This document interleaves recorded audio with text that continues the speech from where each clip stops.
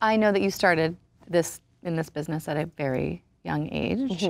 Have you, I mean, obviously your perspective and your perception of what this business is has changed a lot. How do you feel like you keep yourself sane in this crazy business world? What it boils down to is my mom is the best. Oh.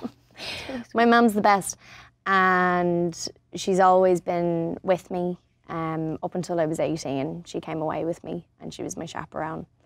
And it's funny, you know, going to all these parties now at the minute and the events and things like that, and it feels like it's all sort of happening for the first time, because I really wasn't a part of all that when I was a kid.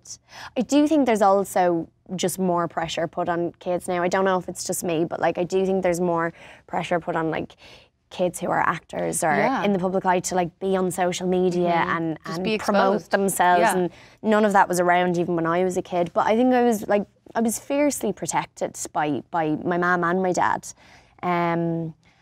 I think it's also helped not being in LA, you know. I think you can come here if like, you know yourself, you've got your friends, you've got your group of people, but I think it's very important for me to just like personally to sort of physically have separation from this world. So it means that like when I'm not doing this, I'm very much somewhere else, like in every way.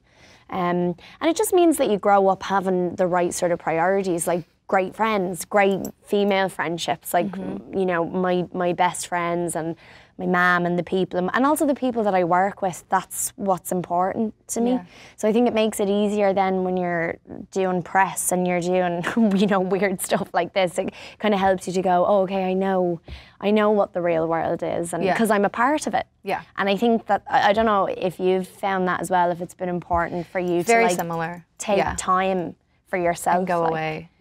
Go away, And really truly unplug and take breaks. And I didn't do that for such a long time, you know, being on SNL, you know, for most of the year, and then I would shoot in the summer, and then on those few weeks off, then I would be doing press for the things that had come out, and I didn't, because that's like when and where I started, so I didn't know that was not normal. And I remember actually talking to Bean's brother, to Jonah Hill, and I was saying that I was, you know, finally going to take a break, and he was like, "Oh, how long are you?" And I was like, "Yeah, I don't think like for 2 weeks. I'm just like, I'm not doing anything." And he was like, "Such a long time." He's like, "No, you have to take like 2 months off. You have to like go away." And I had not taken, I don't think I had taken a week off in, I mean, like, I want to say like 10 years or something. What? It was crazy. I was thinking about the SNL cast the other day, and I was like, you're writing during the week. You're doing the sketches on Saturday, then like you go back in on the Monday, right?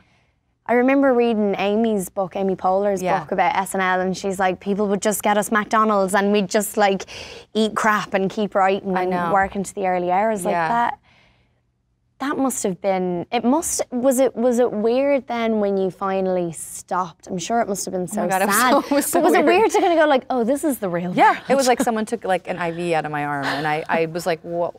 I just felt like I was breathing different air, and I because you're in this world and you're with the same people, and you're in your bubble. You know, 30 Rock, you're just like, you just live in the building, and even on the weeks off, you're still like hanging out with each other in New York. And then, when it was over, I definitely went through a period where I was like, who am I? Lost in the streets with my bag. Do you think then that's actually made you more likely to take breaks because you know the effect it can have on you to just keep going? And also when you don't refuel, you end up like doing things like this and then crying in the bathroom. Right. Do you know what I mean? Who am I? Who am I? Who am I? Exactly.